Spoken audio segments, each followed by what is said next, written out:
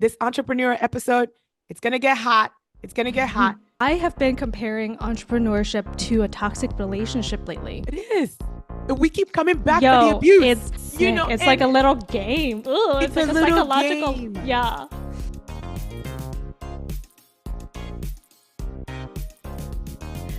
Hello, everybody. Welcome to the Hey RX Friends We Got This podcast, where we share our thoughts on the pharmacy profession, experiences as healthcare providers, and explore our identities as women of color, going after it all. As we share our stories, we hope you laugh, maybe cry, and feel inspired as you get to know us. Because at the end of the day, friends, remember, we got this. Hi. Hello, everybody. What's up, y'all? Thank you so much for joining us today. I was going to say this morning, but wherever you are, thank you so much for joining. My name is Thu. Hi, everybody. This is Saleh. And yay, we are filming and recording again. I always love it when we record. But you know, it's one thing is like, obviously I love having conversations with you, but I think that now I love recording because I get to share our conversations with other people. So it sounds like we're having like a big group meeting. We are. It's a whole group discussion, community discussion. So you got to jump in, guys. You got to jump in. Join the conversation. We love engaging with you however you're comfortable, in the comments, in the DMs. Those of you who have our cell numbers, text us. Y'all haven't been shy. You guys have not been shy about telling me how you feel. So I know that you're not shy about texting, but we love engaging. Yeah. I hope that we are building a community of strong pharmacists who do not shy away from sharing your thoughts and your opinions. Because if there's anything that I've learned from having this podcast, is that pharmacists are very scared to say what we really think and be critical thinkers. Like the episodes that we had in March where we talked about the pharmacy education, you know, the status of that, and also with the whole AMA kerfuffle. Yeah. Wait, what did I just say? Kerfuffle. It's my new favorite word, y'all. Like kerfuffle. Yeah, kerfuffle. I said something else. But I think that for me, sharing my thoughts and opinions on that has really showed me that, oh my gosh, I am actually really scared to share my real deep dark opinions. And, you know, I think that we need to kind of overcome that because we need to have a critical voice and say them out loud. So. Yes, I'm sorry. I don't know. I don't like that you feel that way because I love it when you get fired up. I absolutely love it. Yeah. And I can't believe that I am the only person who shares that sentiment. I think that the people I talk to about the podcast, they love it when you get all fired up and you share and you drop it like it's hot. You just tell it like this, and they love that. And I think also like about the community and why I believe that what we are doing here is absolutely special is things like that. We are talking about how we feel and we are delivering that in exactly the way we feel like we want to deliver it and not polishing it up. I always say that pharmacists are really good at keeping quiet about what's happening to us and what we do. It's why the progress we want to see in this profession just isn't happening because we have perfected the art of just not talking about what we do and what bothers us. And if we have to take the brunt of the whatever it is to give others permission to do that, that's what time it is. Let's go. But we haven't had the brunt of anything. You know, the feedback has always been positive. The irony. So. That's the irony of it all. The irony is I find that the more opinionated we are, the more engagement we get. The more that people feel connected to us, but feel like their voices are also being amplified. Which is so wild, you guys can amplify your own voices too. I just want to but I think that's why this episode is going to be so special for me, entrepreneurship, because it's the entrepreneurship spirit. You know, it's not even just going out there and creating your own brand or creating your own business. It's building something for yourself, which is something that I love, that sentiment. I think So so. I'm It's excited to talk about it. it's a really, and like we're gonna get into all this, right? Like our love hate relationship. Like I always tell my husband, it's like I want to believe that I just flirt with entrepreneurship. I'm not in a relationship with it. I just flirt with it. Oh my gosh. Can we? Oh my gosh. I mean, I don't know if you want to start now, but I have been comparing entrepreneurship to a toxic relationship lately. It is. We keep coming back for the Yo, abuse. it's We love no, it. but let me tell you something. So as I no, let me tell you something. I'm already getting fired up. No, but here's the thing, and this is going to be a teaser because entrepreneurship can be a toxic relationship, but then as I Facts. critically reflect on it, a 9 to 5 can also be toxic as well. And guess what? The What? difference between these two toxic relationships, Help me. it's just we are choosing with one relationship Yeah. and the other relationship, it's an obligation, it's a commitment, and I think for me, like the reason why the entrepreneurial pool continues to be so strong, it's because of the power, the freedom of expression that I am finding in that space. I Ooh, I am not willing to give that up look at for no us. type of abuse. Like I will take these Oh, lashes. 1,000%. Well, okay. But before we get into all of Before we that, get into because all that that, is y'all. such a juicy teaser, if you're watching on YouTube, please like the video and Yes, write in the comment section below, what are you doing in your own career journey? Are you an yeah, entrepreneur? Are you a 9 to 5 girly? Let yeah. us know. Subscribe and yeah, continue to follow us. And hopefully, we provide you with the most amazing, valuable content. If you're listening on Spotify, Apple Podcast, please rate and review and share because Yes. sharing is caring. Caring. Listen, y'all, I am beyond the nice asking part. I am straight up begging at this point. Okay? We're It's part begging of you. it's part of the entrepreneurial spirit today.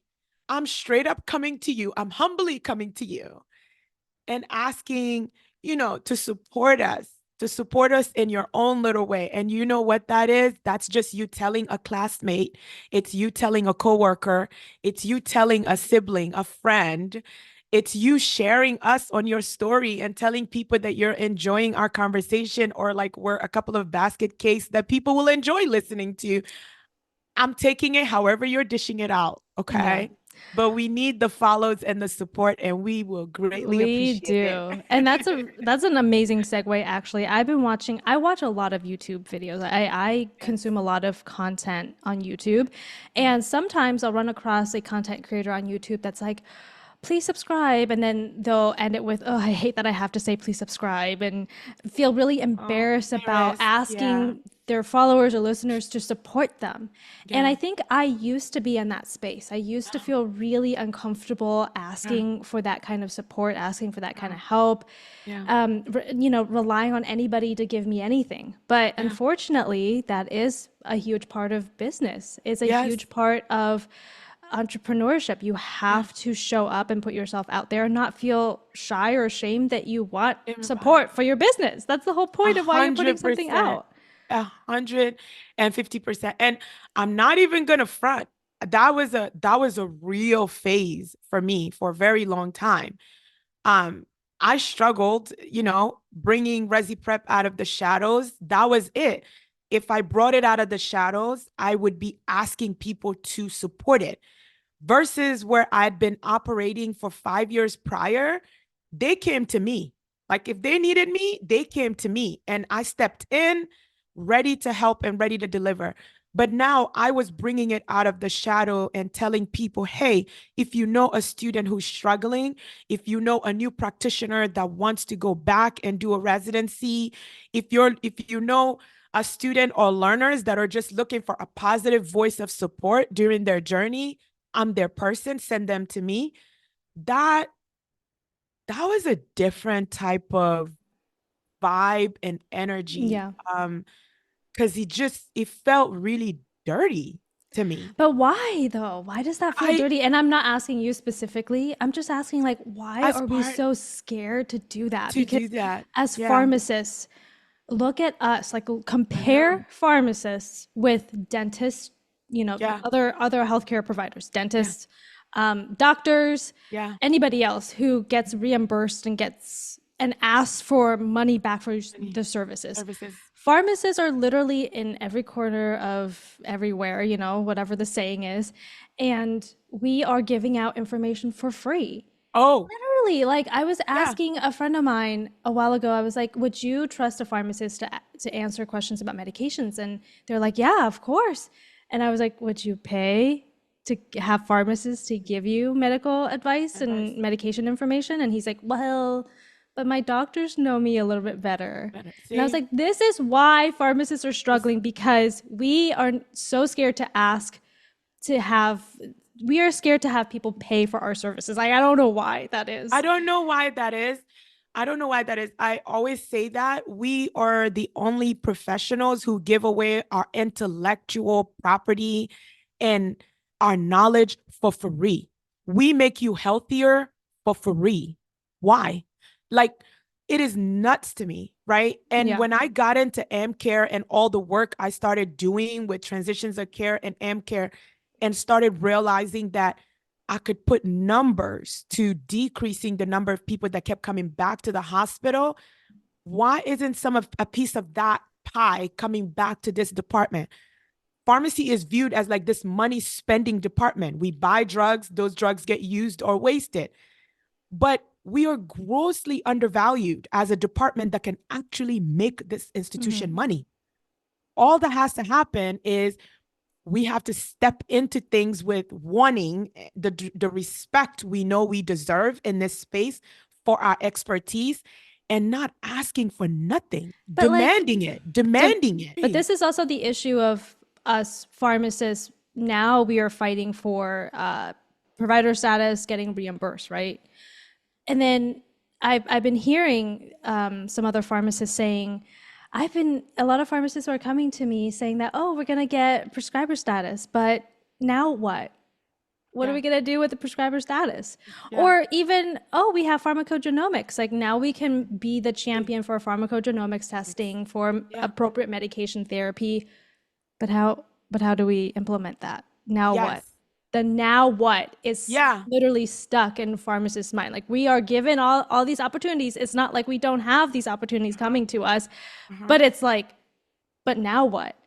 This is one So of the reasons why Saleh and I are like, you need yeah, to be that, bold and you need to go yes. out there and show up. We're not just saying this for our podcast. Like, Yeah. engage with us, practice engaging with us, because Yeah. then you can go out there and engage with the rest of the world The about what your world. thoughts are, your opinions, your abilities to do a lot of these things that you can do. You're just, for some reason, are so scared Then to show it off.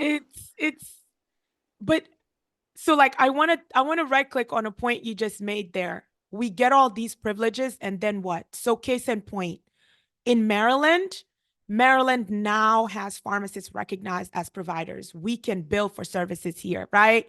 Oh my God, I Go wish that could happen for Maryland. me. I want to give a special shout out to the Maryland Pharmacists Association and all the hard work.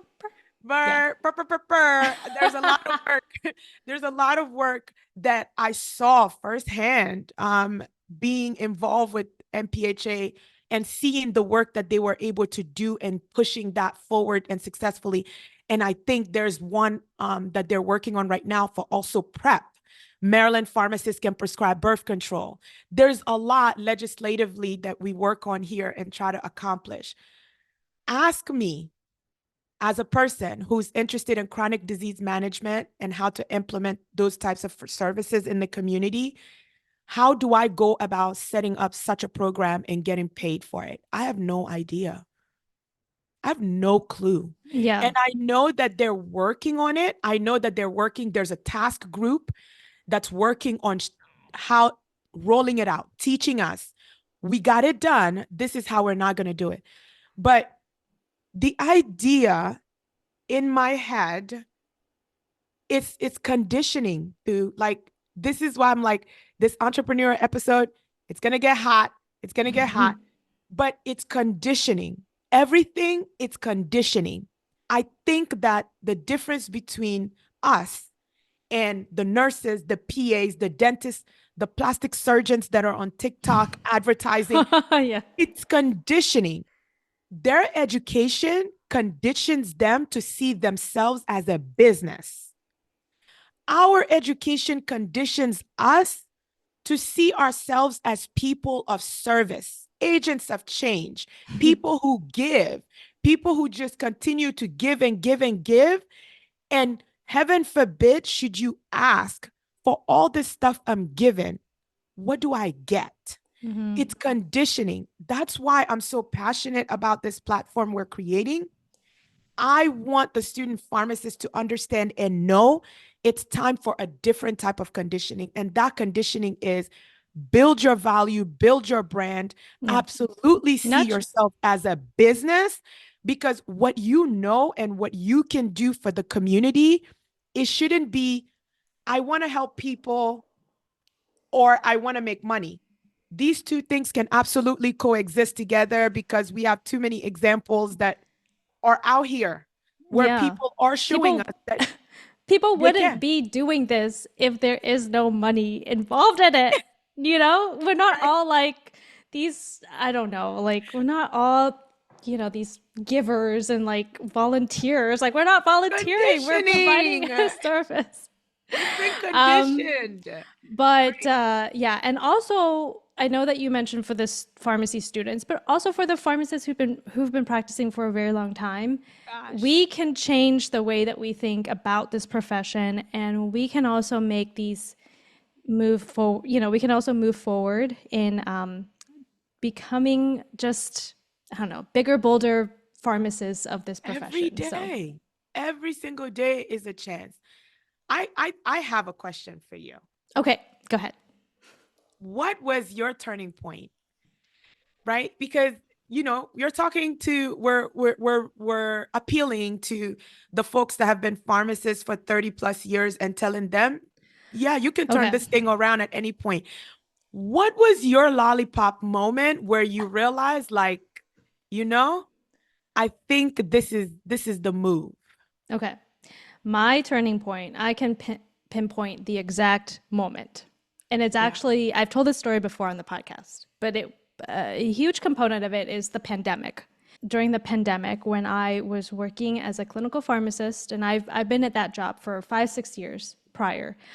And for a very long time, the majority of our workload was vancomycin dosing, warfarin dosing, TPN, a lot of your basic clinical consult type of work. Yeah. And it was really great for a very long time because I was learning, I was building my practice, I was creating a style of practice that I really enjoy and getting to be really involved with a lot of things. But when the pandemic hit, everything shuts down. And what also came to be very apparent to me was the kind of work that we were doing was just not sustainable for the foreseeable future, as in what's going to happen when vancomycin goes away? What are you Yeah. going to do? Because Dude. eventually people are going to see, you know what? Daptomycin's not the best option, but we also don't have to be monitoring all the time. Or there's Yeah. linezolid, or there's Yeah. ceftazidime. Or what about Yeah. a new medications for Patient. MRSA where Yeah. it's not as difficult to maintain. Labor intensive. You don't need pharmacists to check levels all the time because that is going to be kind of the standard of practice moving forward. Why would you put a patient on a medication where they would have to get lab work all the time? You wouldn't Yeah. if there's a better option. Yeah. So I immediately saw that if when a hospital is filled with COVID patients and nobody's on vancomycin, the clinical staff had nothing to You frickin' do. do. Yeah. Also, I saw that with warfarin, that was a huge component of what we used to do was INR monitoring. Yeah. As soon as the DOACs came and took over, there was no more INR monitoring. So a huge chunk of our workload was gone. So then what do we do now? And It's I, crazy that, like, the have I been a pandemic, pharmacist too long? Because I've been through both of these waves and it is a scary feeling because you start asking yourself a lot of scary questions. but I also thought I was going crazy because I'm the only one that's like, y'all, does anybody else see that like if these medications go Wow. away, that our workload would diminish so significantly that you would have to readjust what you're doing anyways, like Yeah. literally blow up the entire clinical practice department and rebuild it from services that are actually sustainable, Yeah. services that will never go away because patients will always need it. For me, Yep.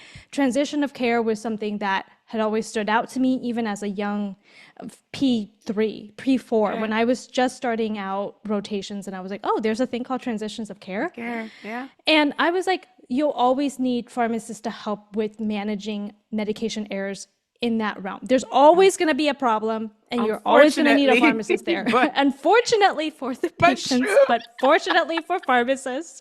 Um, but also, services like I implemented a diabetes education service right before I left that position because I was like, we need more of this, like pharmacists in the room with patients. We can't have everybody just be in their office anymore because eventually, first of all, people are going to forget what pharmacists look like. People are going to forget that pharmacists existed because we're always just stuck in our offices, like staying in the basement. Nobody knows where we are. There's no actual collaboration, like full on face to face collaboration. You lose a Mhm. lot of your influence when Yeah. you are not present.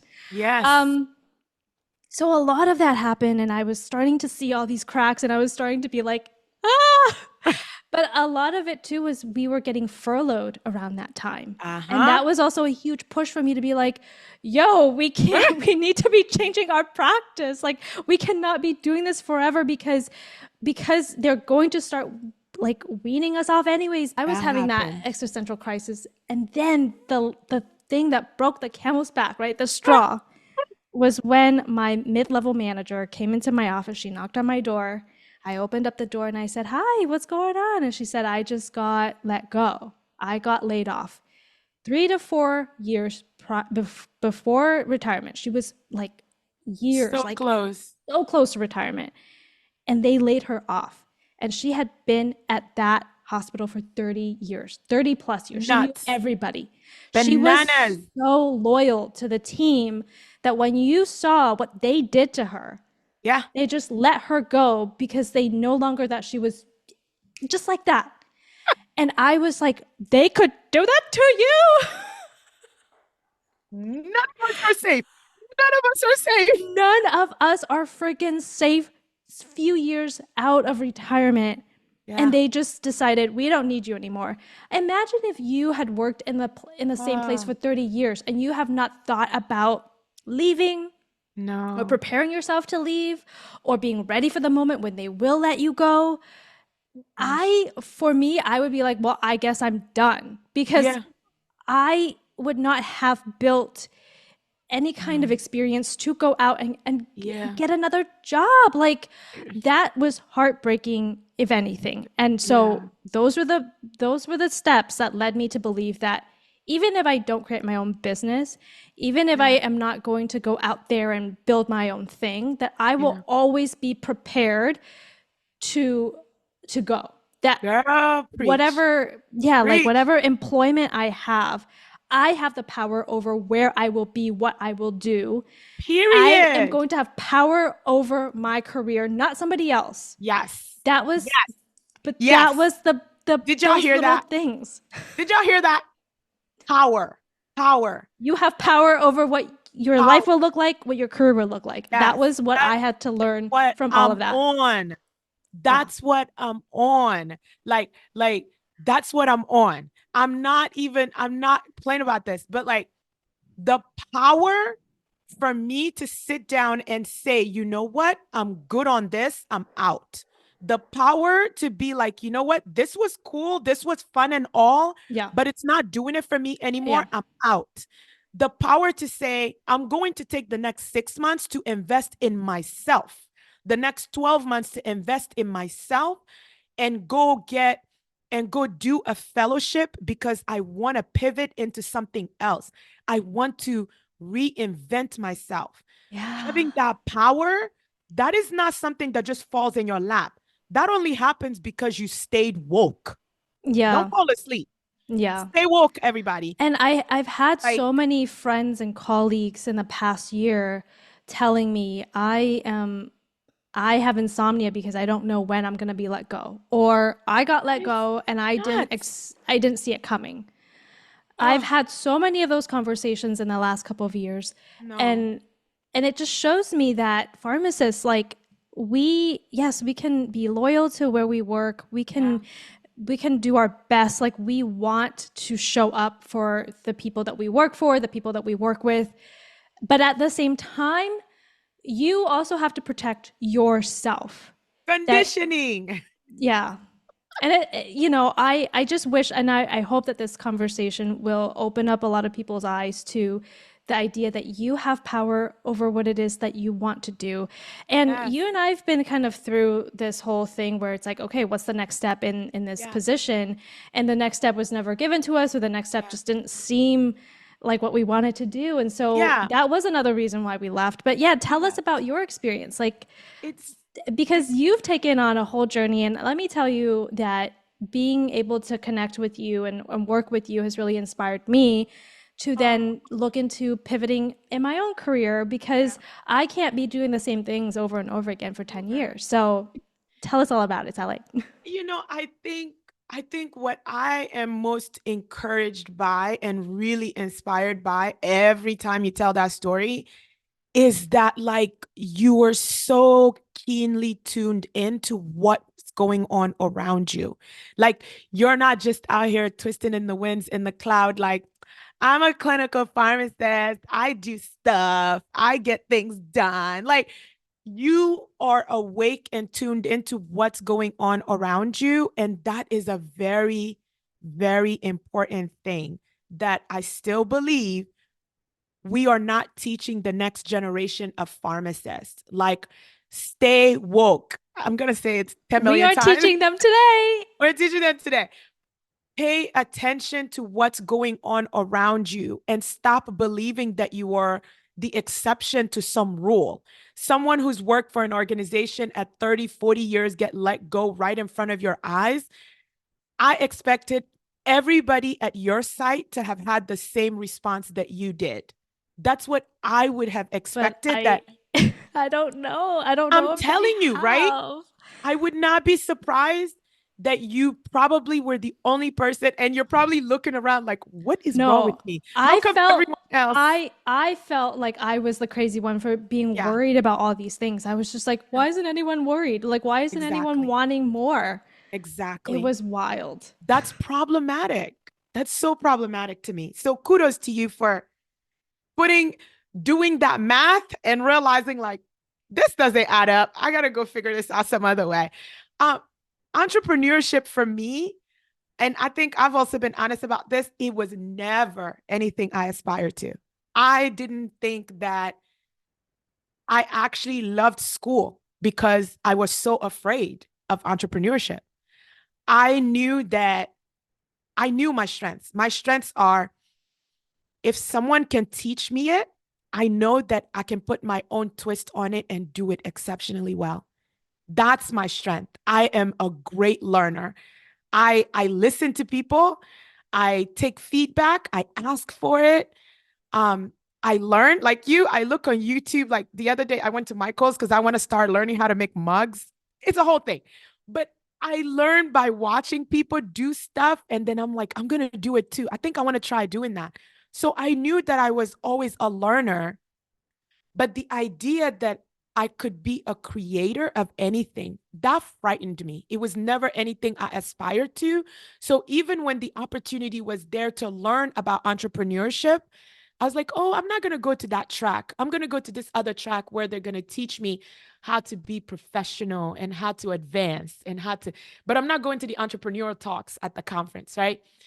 But what I didn't count on was that entrepreneurship kind of it comes up in different ways. And I don't think I'm alone in thinking that entrepreneurship is for like creative people, right? Like you, I think you're entrepreneurship. Like Like, startups. Oh, yeah, like right? Like I when I think entrepreneurship, I think startups, I think tech. I Tech think Silicon company. Valley. So I Yes, didn't think that I could be, like, and it was a scary term. exactly. Yeah. Exactly, right? Like the term itself, I think that we believe it applies to a certain subset of people, or that those people have to possess very specific things. And I don't possess that. But what I learned was that I'm a problem solver. I'm very solution driven, and I want to help. I want to help people. So I realized that by helping students and finding a way to monetize that, by wanting to go into schools and speaking about my experiences, by going to conferences and presenting on projects, I'm being entrepreneurial. And someone told me that it isn't that you need to create, like I'm thinking like create something phenomenal, but you could quite literally just be solving a problem. You've identified a problem, you have a proposed solution for that, and that is your way into entrepreneurship. And it's not a specific set of skill set. It's all of the different things that you have, leveraging that to connect with people and being able to help the way you want. But to me, and that's why, like, when I start struggling as an entrepreneur, I go back to that thinking of, oh, well, duh, you were never even supposed to do this. Like, girl, you're, No. you're making this stuff as you go along. Like, you were never even supposed to get into this. Like, this is not your thing. Of course, you're struggling. But Oh. I think I I think never, everybody struggles though. I think that here's but do what they do? Can no, we they talk do. about it? Oh, Do they girl. though? Do they though? Because if you look No. at some of these posts, everybody's talking about Oh, how they made $1 million. Everybody's talking about how they booked a client for okay. $50 million. So the online flexing No. doesn't help me. Like it No. just makes me feel like I'm doing But nothing. that's when you block those people. You're like, mute. I don't want to Block. hear this. Here's the thing. I think that those people who are flexing, I don't, when those people are flexing like that, I almost feel like something is off because you don't hear Jeff Bezos flexing. I'm saying You the don't hear people Elon Musk like, well, I mean, like they flex in a really annoying, like male dominating male kind of way. It's dominating. really stupid. But I'm just saying, like, they don't flex the way that people who flex like that. Because here's the thing, I do want to touch on this because when you are kind of decided that the 9 to 5 or the traditional route is not what you see yourself doing long term, or if you feel like that route is stifling and you need to get out, like you feel stuck and you need to leave, there is a component where you feel you will become vulnerable when you are Oh, trying to reach out and do something different, especially oh, if nobody else is. You will become vulnerable to a lot of these people who are selling these types of snake oil, you know, uh, products or services. Like they're snake oil salespeople, essentially. Because I've had so many people that would come to me, and the terms that they would use is "be your own boss," or "I made this oh much money gosh. this many months, and Ugh. now I'm just sharing what I've learned with you." Like, if they're really making that much money, why would they want to share with you? Why? I wouldn't. It's like, this is No, suspect. but there This are is sus. terms that they will use to Yeah. hook you in, and it's Uh-huh. very you'll catch on to these Do you terminology. do you want to be free from the 9 to 5 hustle? Exactly. Like, It's so easy. of course I Be do. your Click. Yes.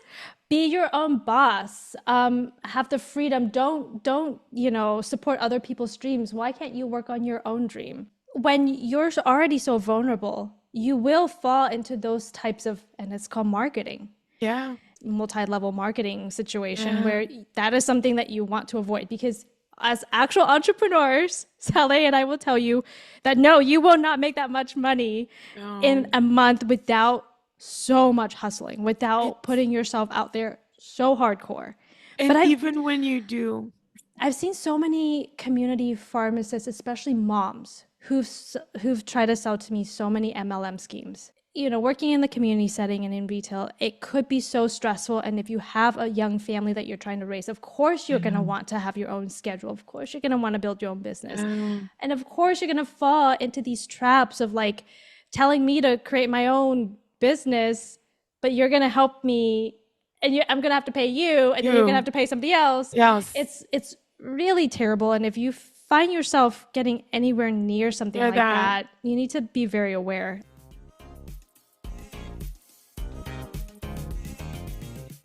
I feel like all I've given is how hard entrepreneurship is and how much I just struggle and all this. But the rewarding component of being an entrepreneur and having,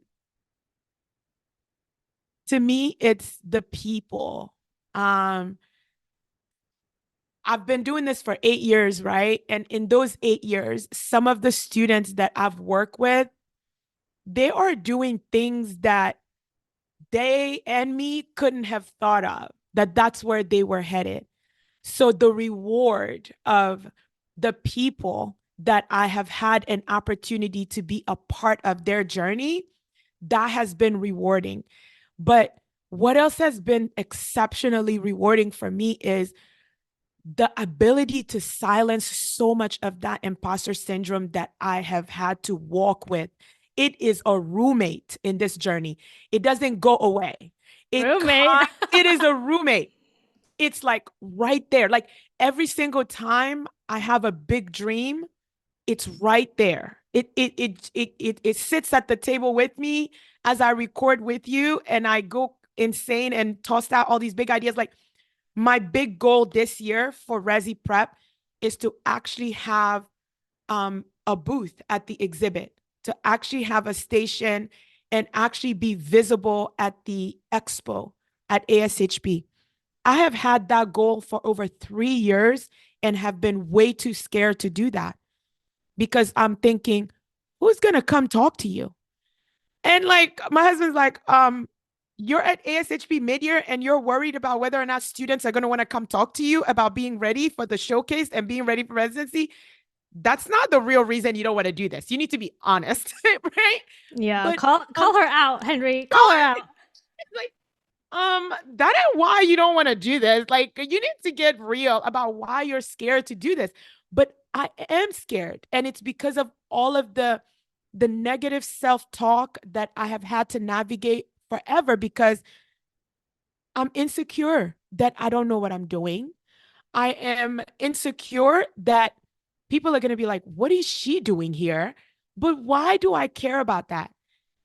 I have never really been the type to seriously care so much about the external, but I'm so protective over my business. You could talk about me all you want. I don't care. But my business, it's almost like I give life to it. And when I think that there's a possibility that there could be a negative opinion about it, Oh. that has contributed to stifling me a little bit. But Ooh. this is the year. This Well, is the year but that's that what I I was saying though, like what you were saying earlier. You feel like entrepreneurship is associated with certain types of people. Like it for you, you're like, oh, you're creative, so you are out there creating and innovating. But I am struggling just as much as anybody. But the podcast that you recommended to me, How I Built This with Guy Raz, I feel yeah. like every time I listen to an episode, I feel like these people don't know what they're doing either. Yeah. And they have built billion Yeah. dollar companies, you know, like they've built so many big things from just trying hard and showing up. Yeah. One episode that I recently listened to, it's by, let me see, I have the app open. It's We with Larry Liu, and We, I think, is some sort of online market for Asian ingredients. So for people who live Oh. somewhere that's rural and they don't have like an Asian market or a store, they can go there and purchase Oh. it. And Wow. it's interesting because the thing that resonates with me when I listen to these episodes, it's not the actual business plan or like the business model themselves. Cause I don't know if that's something that resonates with me is having like an online store with Asian ingredients. But what resonates with me is the guy, Larry Liu, he was like, I realized that people who do big things, they're not extraordinary people. They're just people that were Yes. given a problem and they've chosen to solve it. Oh. And what's special is that the problem was given to you. Yeah. So the problem was given to you, and you have a choice to whether you want to solve it or not. And then it goes to another person and they have a choice. But there is literally nothing different between me or Saleh or anybody else who wants Yeah. to do something. It's Do truly something. just we see a problem and we have that choice to want to solve it or not. The Oh, reason why it hasn't been solved before is because no one has really put in the effort to solve it you because do the something. problems are hard to solve. Yeah. They are. They're not If they were easy. easy to solve, it wouldn't exist, Yeah, right? So exactly. true. But that So, podcast, yeah. how I built this, I have to give so much credit to that podcast for putting, because I'm I was recovering from my heartbreak from Elizabeth Holmes. Oh, You know, oh no. I was recovering. Check that episode out, episode Check 15. episode 15, everybody. Like, Yeah. you will know why I would need to have gone on a whole self-healing journey after she set me up the way she did. And finding that podcast and Stacy's pita chips. The reason why I love that story so much because it was just such an accidental find of like genius. Like they were trying to minimize waste and they stumbled upon a business. They were making sandwich wraps and using the leftover wraps and giving them away as free at the food truck. And people are like, this is good. And she's like, oh, yeah, I can Oh, do that's something. amazing. And now it's a whole thing. Mark Cuban, I can listen to him talk business all day because he gives me that energy that makes me normal because we know this. I am fiercely competitive. So when I talk to other people that are as fiercely competitive and they've figured out a way to create healthy working environment with that competitiveness, I want to learn from them. I can listen to him all day. But I have, and people are like, but you work so hard. And that's what entrepreneurs, and I'm like, but I work hard based on a job description. That's what I was good at. Like, this is my job description. I'm going to take it to the next level. But Resi Prep, this is me. Hey RX friends, we got this She forgot the podcast. title of I'm the. like, I'm saying Hey RX friends pod because I'm always trying Oh, to shut it, right? yeah. But like, Hey RX friends podcast. This is me. We are building this. Yeah. That competitiveness that's in me, that need for visibility and vocalizing exactly what I think, Oh I my can bring gosh. that same energy to this podcast and that business.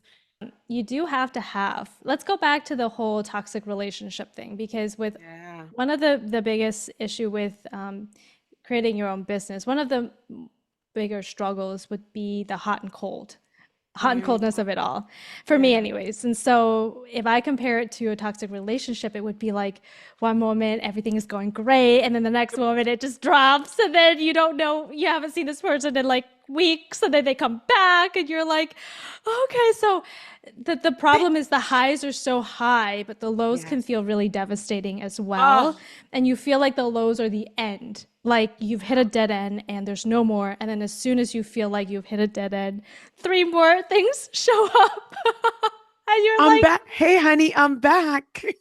we're back, baby. I'm um back.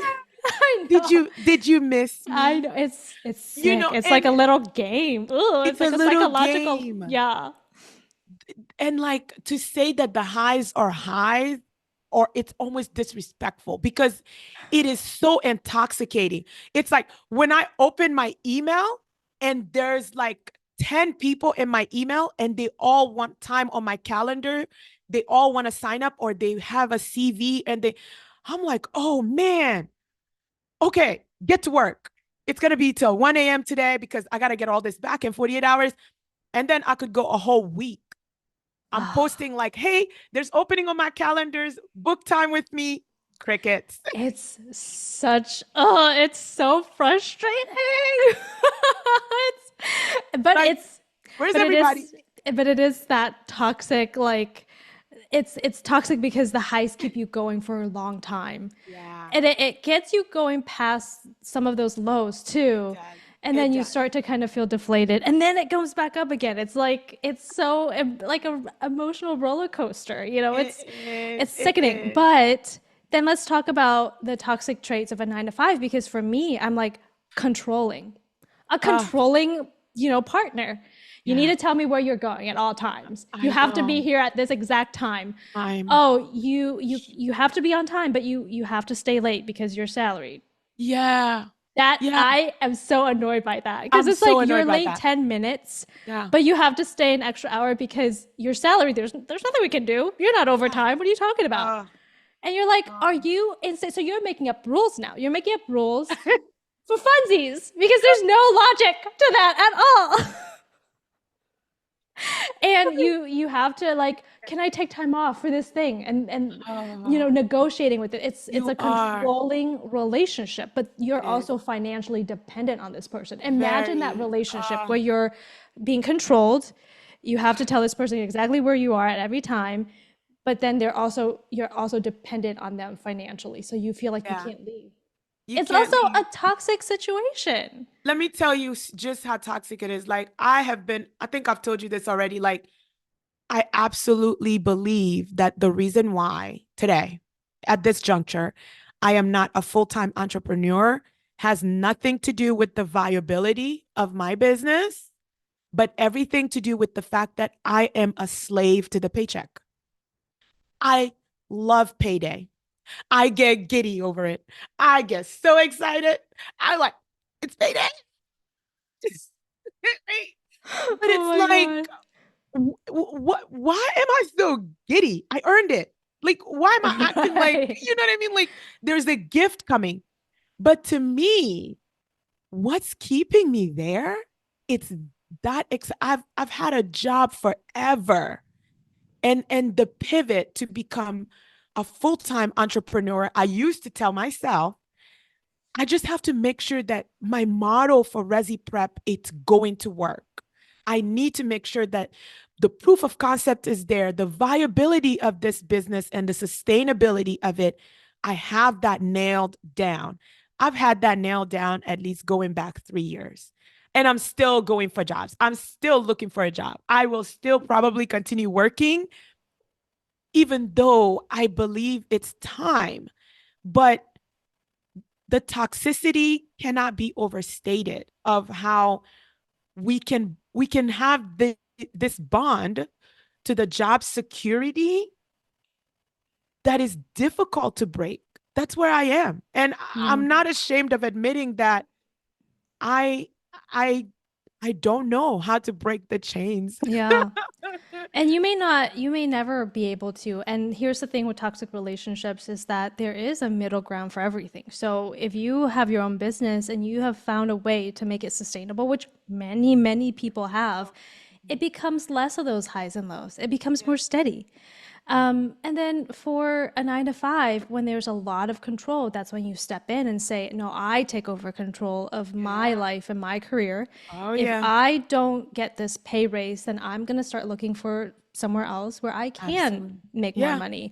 Yeah. Or I'm going to start a side hustle so that I can start making more money. Or if I feel like I'm not being appreciated at work, or I feel like these rules and regulations are taxing on me, that they don't align with me anymore, then I can move on to something else, that I can Yeah. pivot, that I have the intelligence and the capabilities of moving forward, moving somewhere else. Forward and the And that's grit. how yeah, the Oh, resilience and the grit is there for all of it. all of it.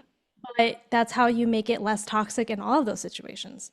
So for Absolutely. me, I recently switched to a different job, and I've learned so much from my previous job that like with this new job, I immediately tell my manager, my supervisors that listen, I've been doing clinical pharmacy for almost 10 years now, and I don't foresee it to be long term. But I set the standard very early on of like, I'm not going to do this Go, much longer, and that go I'm ahead. my professional goal is this and this and this. And so these are the things I'm working towards, and I hope that you can support me with that. And Go we are working ahead, towards girl something different. boss.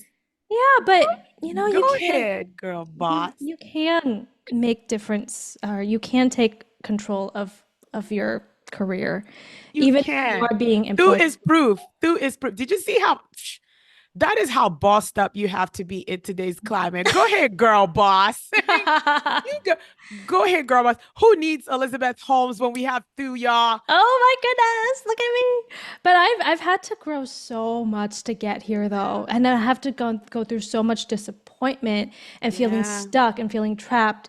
But that is the entrepreneur spirit is when you feel Yes. trapped, you wiggle your way out of there and you Yes. you make things happen for yourself. That is the Yes. entrepreneur spirit. You take risks. So I love Yes. my old job. I move on to the next one. And I had to gain that confidence to say, I'm not doing this forever. And I hope you know that.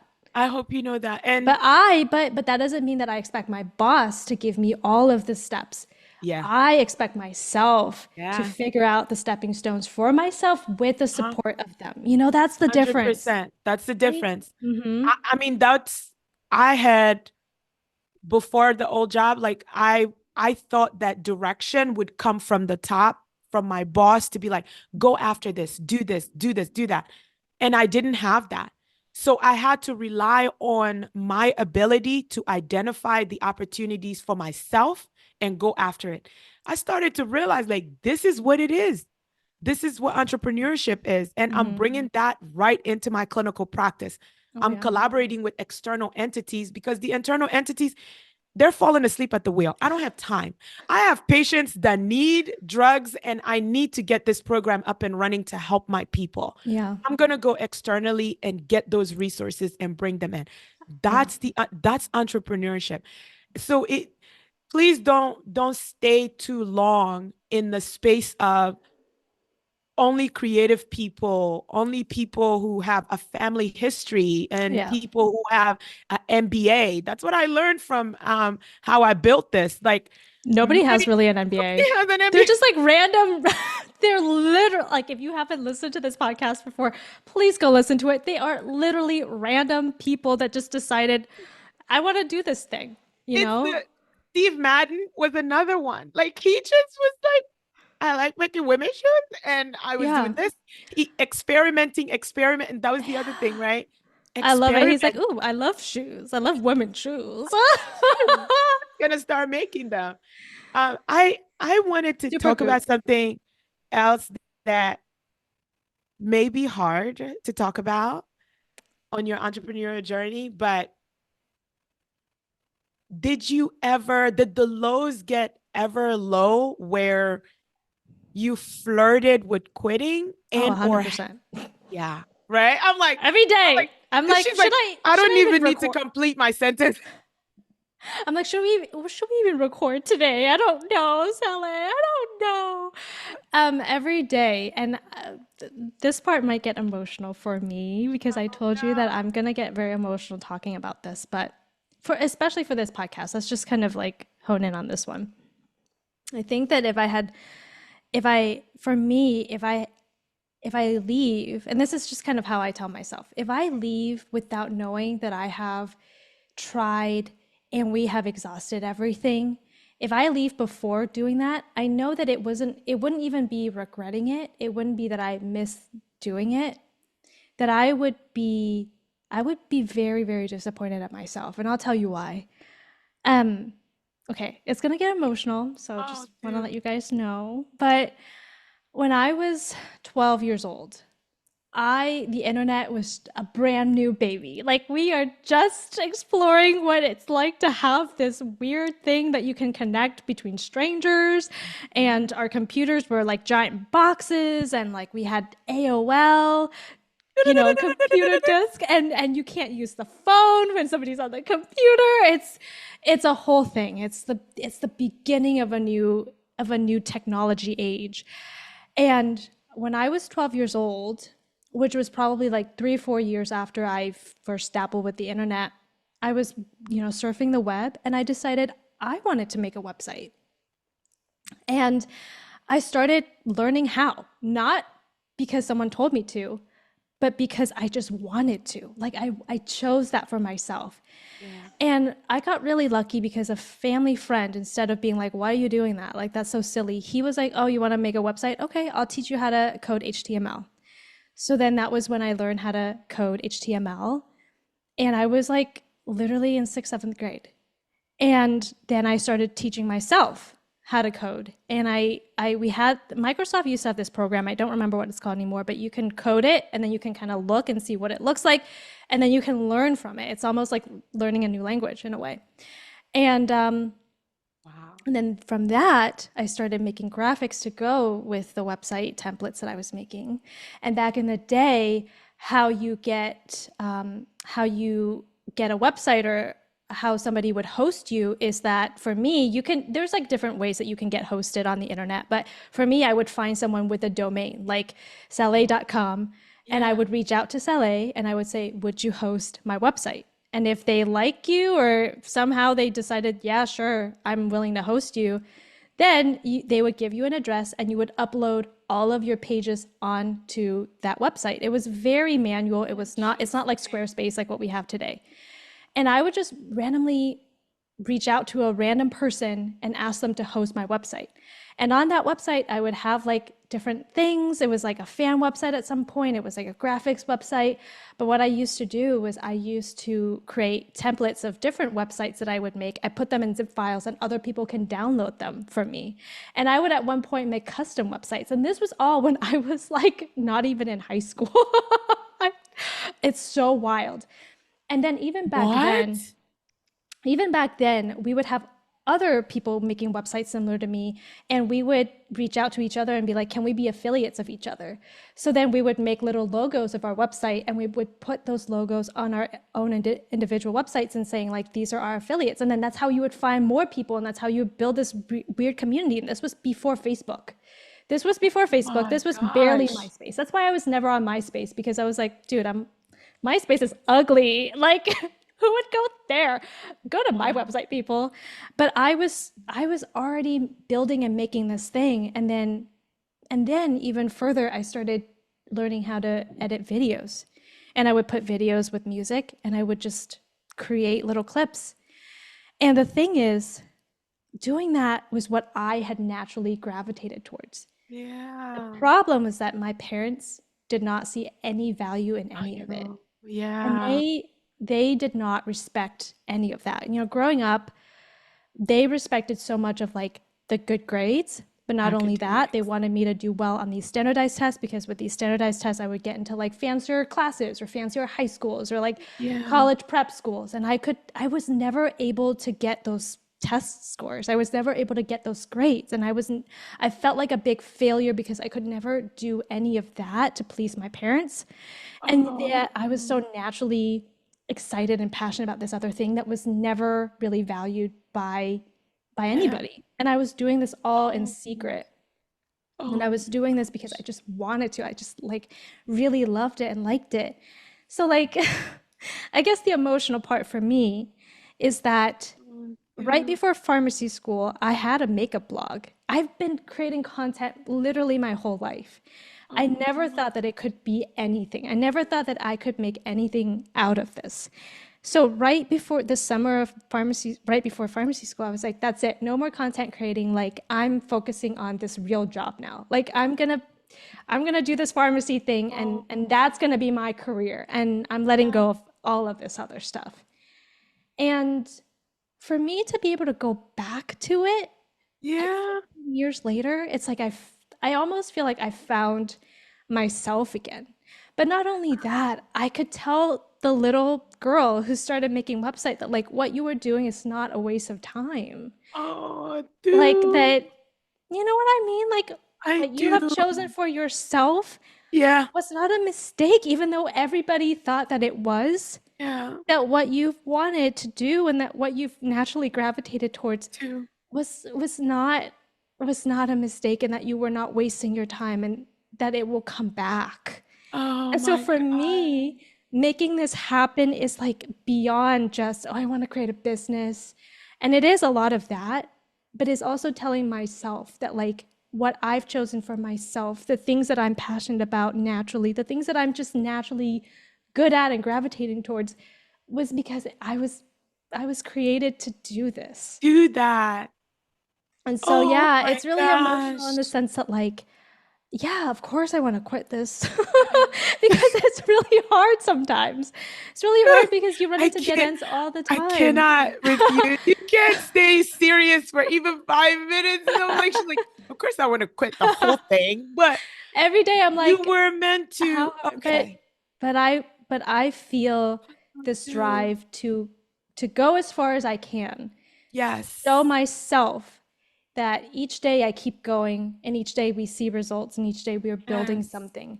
That I was, everybody was put on this earth to do something different and unique. And this is my unique and different Hey. thing. And I'm blessed to get to be able to reunite with this Yes. thing that I've loved when I was younger, just naturally because I wanted to, because nobody else told me to, but I wanted it. And it's almost like as we've journeyed through this podcast, I almost feel like I'm healed. Like I've almost healed a Yes. huge part of my childhood because I get to prove to myself that like none of what people say is true, that you Yes. get to live this dream Yes. that you didn't think that you could. And I, if anything, for the people who are listening, I want you guys to be able to dream bigger Bigger. because the things that came to you in your life, they were not mistakes. And At like, all. I want you guys to be able to just try to dream just a little bit bigger Yeah. and go after the thing that you never Hey. thought you could, but it will come Yeah. back to you. The things that are meant for you will come back to you. I They really do. fully believe that. They do. So, They do. yeah, I that's cannot. my answer for you. I cannot. I cannot imagine being on this journey with any other person. Oh. The reason why that's so important is because the idea of having a podcast with another woman of color to talk about it all is not a new concept in my head. It's a concept that was in my head before I even knew you existed. Do you understand What? what I'm saying to you? No. So it wasn't that like I saw you online and I was like, I think I should create a podcast with her. Like it wasn't that. And it was in my head and I was like indirectly searching and looking.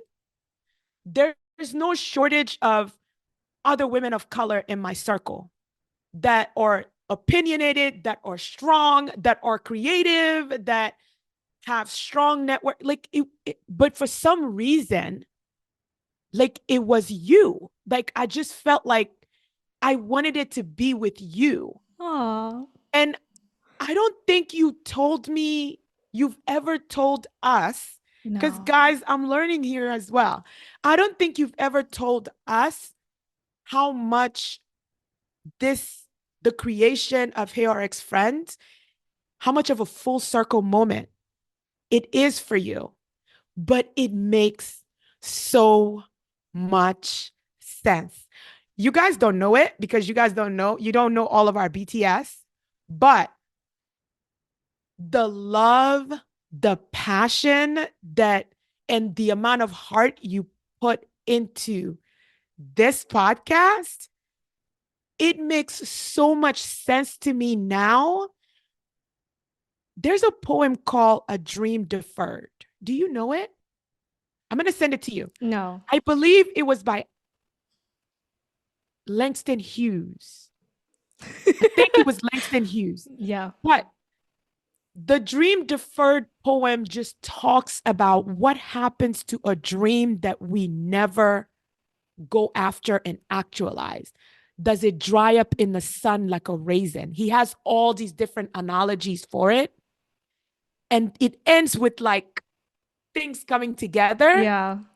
I am so proud of you. What I you know. are talking about, and the thing that I don't hear you saying, is how much courage it takes for you to now step into this space and say, no, that wasn't a fluke. That wasn't accidental. No. This is my thing. Yeah. Like, I am meant to do this. Yeah.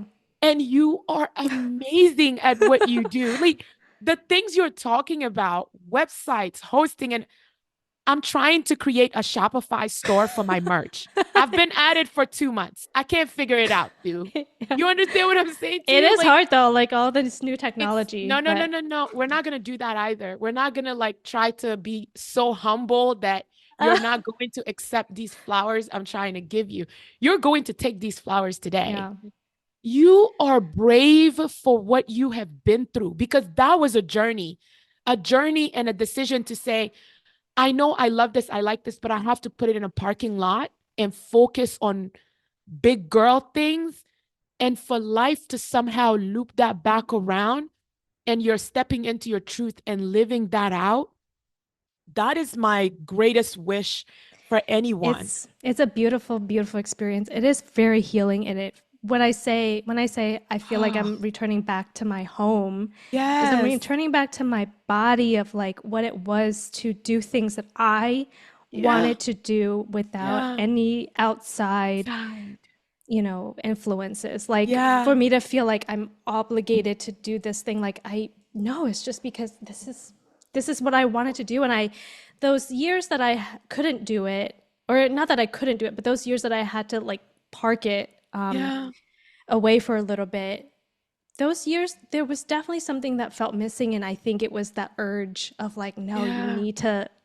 you need to keep going. And I think that listening to that urge and listening to myself, I Yeah. slowly found myself back to content creating, which is so funny because when I started writing on LinkedIn, I did not start writing for to make content. I was Content. thinking like I was gonna create some sort of business at this Friend. point. Yeah. I was doing something else, but Yeah. it comes back. It does.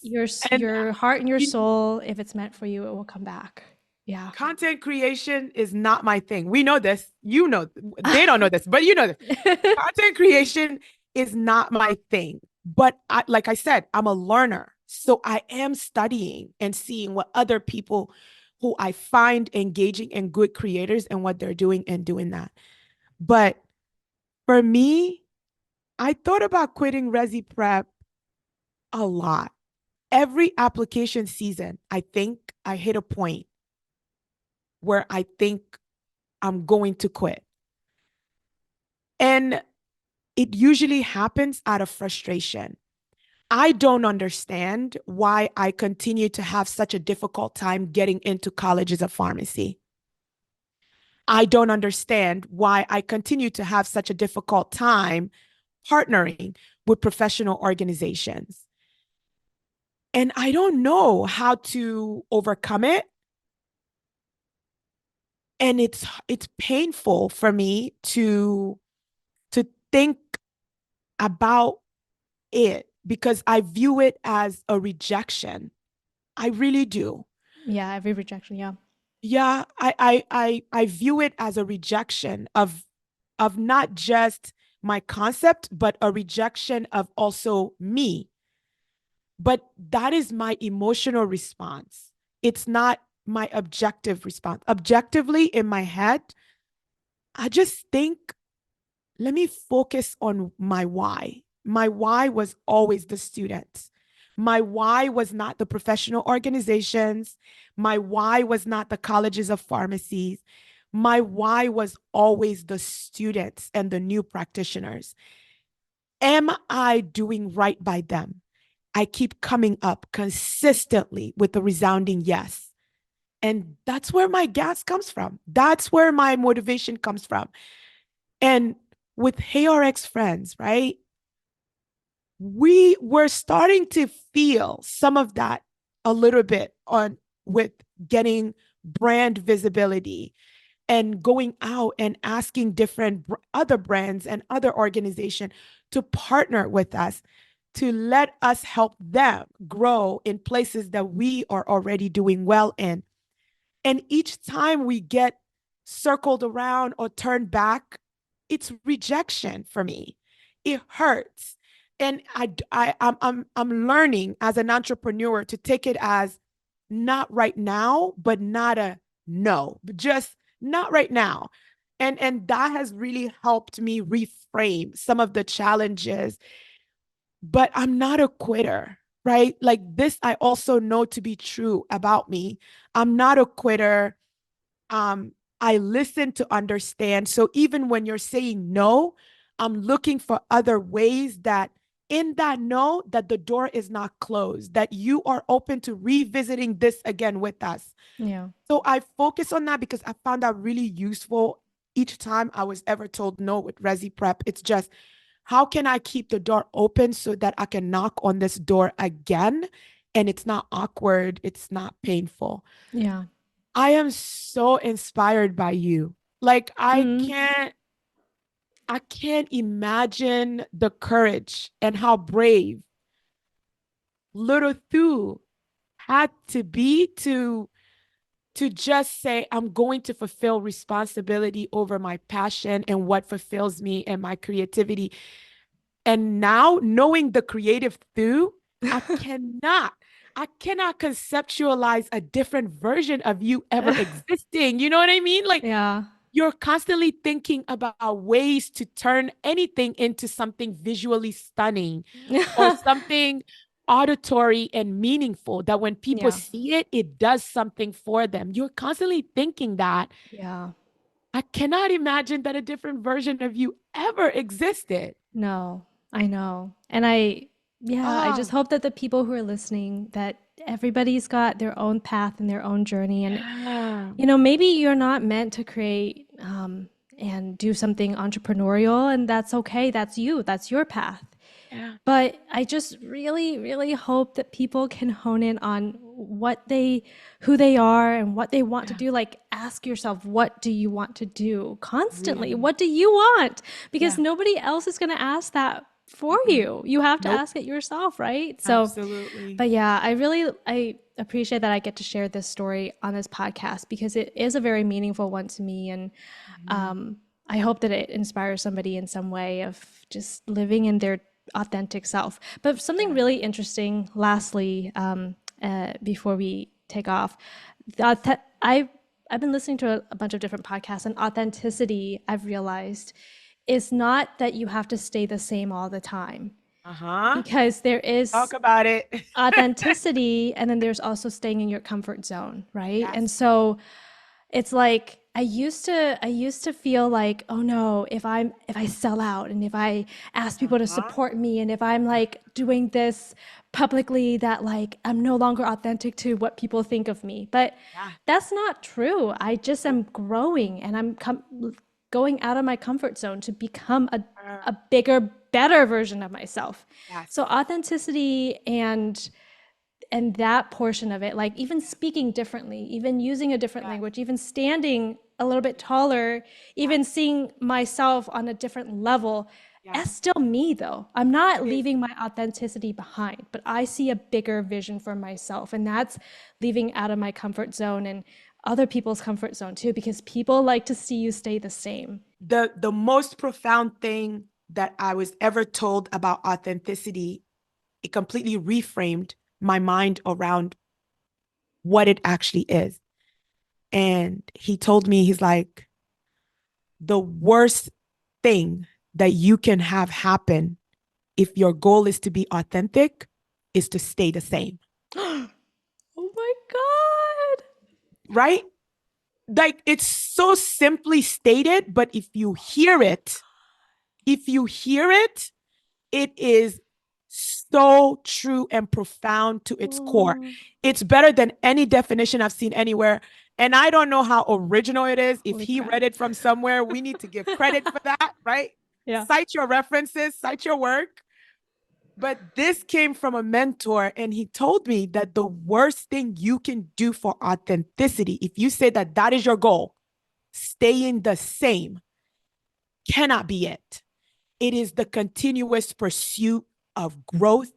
And that also means you are embracing the fact that you completely are going to be okay with failing and failing publicly And rejection too. and rejection. Like, just you have to make peace with those components when authenticity is what you are after. And We so, need we need to have a whole episode on this. Because I love, I know. authenticity. Put it Authenticity, on belonging, all of that. belonging. Oh Yeah, my gosh. it cannot Anyways, we stay just the went through, same. we just did the whole episode without a break. My goodness. Oh my God, we sure did. Kept chit-chatting. I will be very, let me say something real quick. I'm going to be very transparent because I think it's important to be transparent. That as I edit our episodes, I'm so critical about myself. And sometimes even I feel like I'm in my head so much, especially in this episode, because I'm like, try not to say like so much and try to make the sentence flow better. And and it's funny because as more controlling I am of how I speak, the harder it is to actually speak on this episode. So, it's part of that journey as well. And I just want to be I transparent would have because never thought that, really, Sue. yeah, I'm in my head the whole time in this episode, which is so ridiculous. But it's just part of growth, and I'm acknowledging it. I'm putting it out there in public that yeah, this is what happens sometimes. But now I am aware, and I'm gonna just try to be better. So there you But go. you're so like some of the people that come up to me that I know in real life is just her voice is just so soothing. Oh Like my gosh. she could teach me anything. I was like, oh, okay. I'll tell Sue that I'll let she her has know. very I'll let her know. Right? Like um, that's my favorite part that you do the editing. It's my favorite okay. part because it's no pressure on me because I Oh, think when you're editing, like when I'm editing my reels, I know how many millions of years it takes me before I finally hit share, right? Like, right. so I can't imagine doing a whole episode. So, Yeah. But yeah, it's part of it all. It's part of you it got all. this, dude. Yeah, You we got got this. Everybody's got this. I got this. You got this. But thank you so much for listening. If this episode speaks to you and you think that others may benefit from hearing our stories, send this episode to them, and this will help us reach even more people. Oh, guys, this episode is available on YouTube, Spotify, and Apple Podcasts, or wherever you get your podcasts. Of course, you can connect with us on all of our socials, and through always links all of those socials below for you in the show descriptions, our handles, and everywhere else, and how you can connect with us. One last and final thought I wanted to share with you guys is we need your support. We cannot move this show forward without you. If you're listening to us right now, we are so grateful that we have had your attention, and with this episode that you give us some grace and that you learn from us and everything we had to share with you.